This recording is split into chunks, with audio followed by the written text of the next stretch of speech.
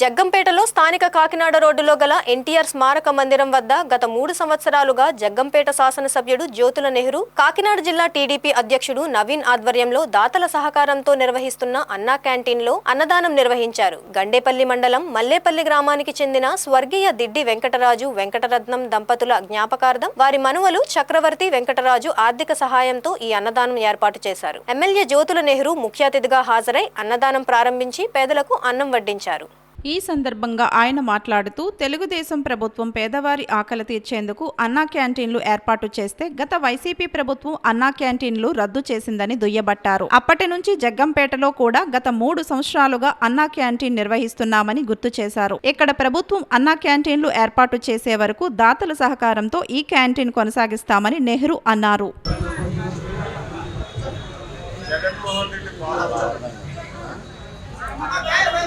ఏదైతే అల్లాకుల కోసం చంద్రబాబు నాయుడు గారు పెట్టడం జరిగిందో దాన్ని జగన్మోహన్ రెడ్డి పాలనలో నిర్విధంగా తీసేయడం జరిగింది. పేదవాడు కొట్టగొట్టడం జరిగింది. దాన్ని పురస్కరించుకొని తెలుగుదేశం పార్టీ ఆ రోజు వినిపించింది. చంద్రబాబు నాయుడు గారిని అన్నా క్యాంటీన్ ఉన్న దాన్ని మళ్ళీ తిరిగి మన ప్రభుత్వం వచ్చి మనం ప్రారంభించే వరకు కూడా అన్నా క్యాంటీన్ మన పార్టీ కొనసాగించండి.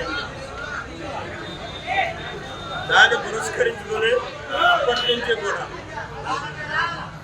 ఈవేళ ప్రభుత్వం వచ్చినా సరే ఇంకా ఇక్కడ ప్రభుత్వం అన్నా క్యాంటీన్ ప్రారంభించినటువంటి కారణంగా అదే నిర్మాణం టెండర్లు అయింది.